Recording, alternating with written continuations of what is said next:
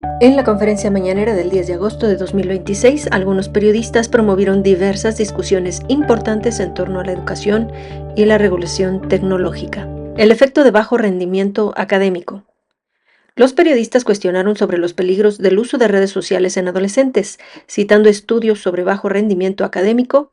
El psicólogo organizacional, escritor estadounidense Adam Grant menciona que el uso de las redes sociales en la secundaria anticipa puntuaciones más bajas en los exámenes estandarizados en la preparatoria.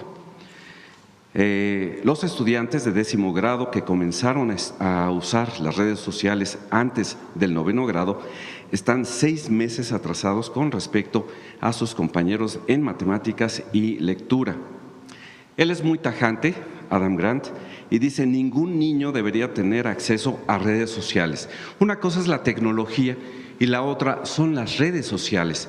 Entonces el uso de la tecnología sí puede ser muy benéfico, como lo están planteando, pero entrar a redes sociales es lo que causa un riesgo muy importante en las relaciones que tengan con gente que no conocemos y aparte en el atraso en su aprovechamiento. ¿Cuál sería su opinión, Presidenta? Hoy nos enfrentamos a enormes retos, por ejemplo, la inteligencia artificial, que no necesariamente tienen que ver directamente con las redes sociales. La inteligencia artificial nos da una información frente a la pregunta que le hagamos y eso evita que investiguemos, sencillamente nos da la respuesta. Y frente a un niño, una niña, un adolescente que está aprendiendo a pensar y a desarrollar toda su actividad psicomotora, pues puede tener también un impacto. Y al mismo tiempo las redes sociales o el scrolling infinito de que movemos con el pulgar la pantalla y podemos estar horas y lo que nos aparece en la pantalla está determinado por un algoritmo que nos dicen que está vinculado a lo que vemos, pero no necesariamente sabemos a qué está vinculado este algoritmo. Está pensado, promovido, desarrollado por una empresa que tiene impacto en todo el mundo. Por eso es indispensable no solamente el tema de las redes sociales y el impacto que puede tener en el desarrollo de una niña o un niño, si tengo suficientes me gusta, si no tengo suficientes me gusta, si tengo seguidores y la competencia que esto puede generar o la visualización de un tipo de belleza o de un tipo de forma de ser que es aceptado por unos y no por otros. Todo esto tiene su impacto, pero también la inteligencia artificial tiene su impacto. Por eso es indispensable que esto sigamos discutiéndolo como sociedad. No solamente lo que piensa la presidenta o el secretario de Educación o el subsecretario, sino qué piensan las maestras y los maestros en el salón de clase, hasta dónde el celular puede ser un apoyo en la escuela o mejor no, hasta dónde las mamás y los papás deben saber de este impacto para que también puedan hablar con sus hijos, porque no se trata solo de prohibir o de prohibir per se, es decir, ya no está prohibido, no lo puedes usar, sino de que también las niñas y los niños sepan cuál es el impacto que eso puede tener en su desarrollo, por más pequeños que sean. Por eso es indispensable seguir hablando de estos temas. ¿Quién controla esa información? ¿Cómo se orienta? ¿Qué es la inteligencia artificial? Y también las redes sociales y el uso de la tecnología, sin cerrar la posibilidad de usarlo, obviamente, porque también es benéfico para muchos otros temas. Entonces, por eso nos interesa en los lunes seguir hablando de estos temas de manera permanente. Lo primero es el celular o las tecnologías en la escuela. ¿Qué hacemos? Entre todos. Y después todo el uso de las redes, el scrolling y todo esto que es un anglicismo, en realidad no sé cómo se dice, creo que no hay traducción exacta. El paso infinito de la pantalla a partir del movimiento de las redes sociales y el impacto que esto puede tener. Y sugiriendo la necesidad de una materia de alfabetización mediática. No es nuevo el impacto y los daños que provocan las redes sociales, el Internet. Y desde hace mucho tiempo las asociaciones profesionales que definen el derecho a la información han recomendado materias como alfabetización mediática en las primarias o inclusive en los kinder. No sé si ya haya una materia, no sé si es de interés de la Secretaría, establecer ya como un criterio general una materia, un libro, particularmente de alfabetización mediática, que precisamente prevenga de este tipo de riesgos. No sé qué ha hecho la Secretaría, por favor. Algo aquí a lo que se refirieron las maestras es cómo formar una cultura digital, esta alfabetización digital, y que los niños puedan entender cómo funciona la tecnología, qué ocurre detrás de las pantallas, para preservar siempre el pensamiento crítico. No hay una materia en particular y no podríamos pensar en que vamos a hacer una materia en particular para el desarrollo de esto, sino como parte de… ¿Por qué no pensar en eso?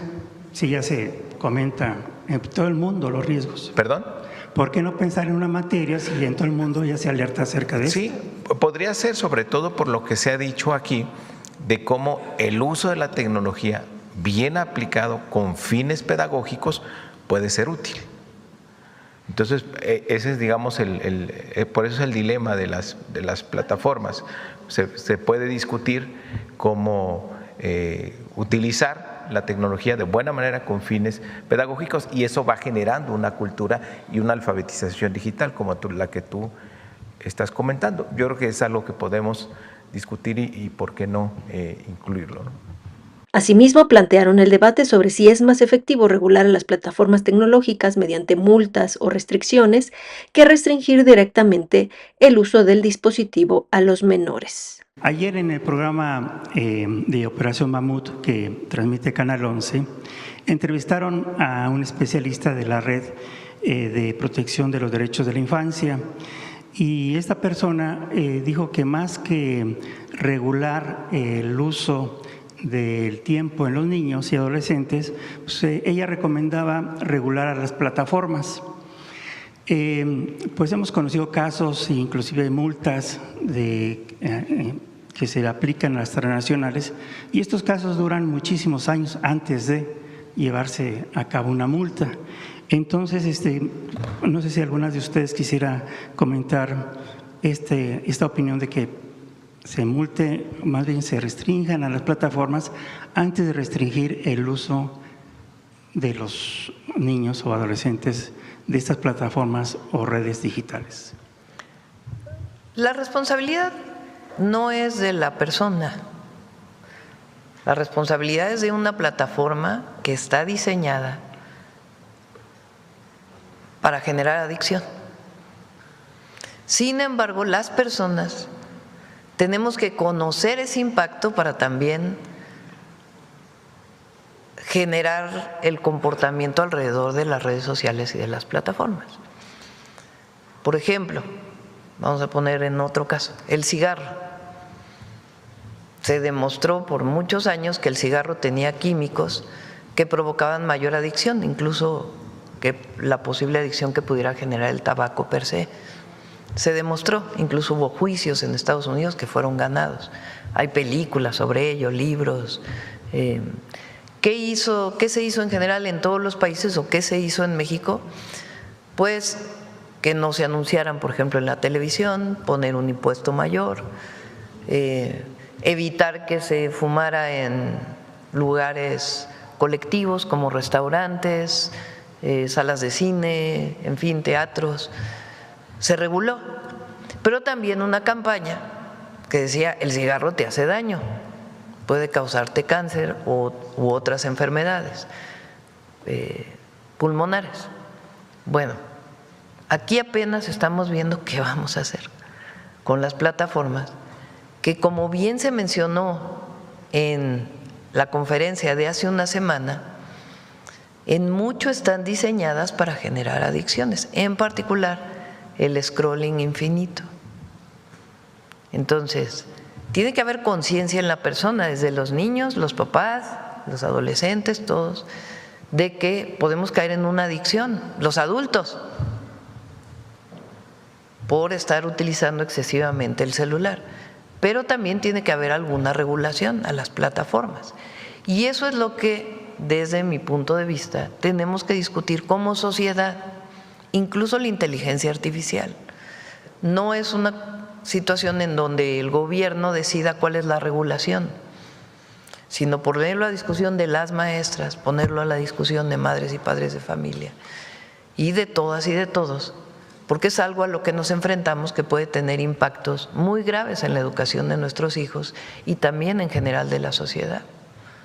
Entonces, por eso son estas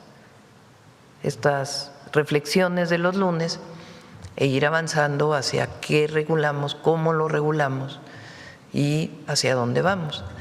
Con todo y lo que algunos dicen que queremos censurar, porque no se trata de eso, pues solo estamos poniendo a discusión, porque puede tener impactos muy graves en nuestros hijos, nuestros nietos. Problemática en escuelas. Se discutió la supervisión de las llamadas escuelas militarizadas tras denuncias de abusos y maltratos, además de indagar sobre posibles conflictos de interés en casos pasados de abuso sexual en instituciones educativas. La clausura de escuelas mal llamadas militarizadas por denuncias de abusos físicos contra menores. En este contexto me gustaría retomar el caso del exprofesor de La Salle, Francisco Serrano Limón, que pues es un caso que vuelve a poner sobre la mesa las denuncias de abuso sexual en las escuelas.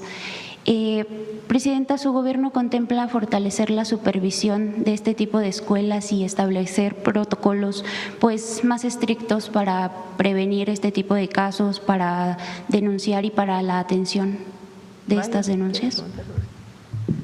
Las escuelas militarizadas advertimos que no está contemplado en ninguna ley como modelo educativo. Entonces, le pedimos a las autoridades estatales, que son las responsables de emitir los REBOEs, de que aquellas escuelas que no quisieran cambiar tienen que ser clausuradas, cerradas. Y algunas de estas militarizadas sí tienen cierto reconocimiento en comunidades educativas. Ellos tienen que transformarse ahora de conceptos militares a conceptos cívicos, ciudadanos y basados en el humanismo mexicano. No tenemos ningún conflicto con ninguna autoridad estatal. Hemos platicado con Aguascalientes, con Zacatecas, con Nuevo León, con Guanajuato, que es donde había este tipo de escuelas, y ya están ellos transformando toda su currícula, toda su organización, y no solo el nombre, porque el nombre es como consecuencia. Entonces, no vamos a tener, como lo dijimos, ninguna escuela militarizada al inicio del siguiente ciclo. La educación militar le corresponde exclusivamente a la Secretaría de la Defensa Nacional y esta inicia en media superior para la preparación de quienes van a integrar el Ejército Mexicano o la Guardia Nacional. Segundo asunto, del abuso sexual. El año pasado, a mí me correspondió, como representante del Estado mexicano, pedir una disculpa pública de un caso muy grave que ocurrió en la Gustavo Madero hace, si no me equivoco, 10 años.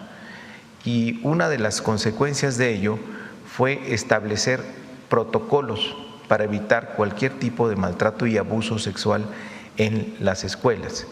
Y el segundo lunes del inicio de clases, en este ciclo arrancamos el 31, corresponderá el 7 de septiembre, ese día hay una jornada nacional de concientización para erradicar el abuso sexual y cualquier tipo de maltrato en las escuelas.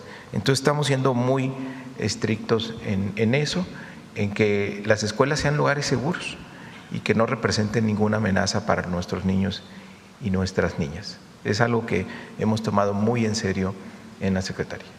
Esta campaña se está llevando a cabo en todos los niveles educativos y también se está llevando a cabo tanto en escuelas públicas como en escuelas privadas, porque sí, recordar que el caso de Francisco, del exprofesor, fue en La Salle. Los protocolos son para todas las escuelas, públicas y privadas. Estos aplican principalmente a educación básica. En media superior tenemos otro tipo de protocolos, pero tienen otro tipo de enfoque diferente al que se aborda en educación básica, donde los niños lo que necesitan es protección. En todas las escuelas nuevas que estamos haciendo hay baños para los alumnos, las alumnas, y hay baños para los profesores. Ante esta circunstancia, los periodistas pusieron sobre la mesa temas rezagados en el tema de educación, además de debatir el avance del uso de tecnologías en el salón de clases. Otros temas abordados: derechos de audiencia y medios.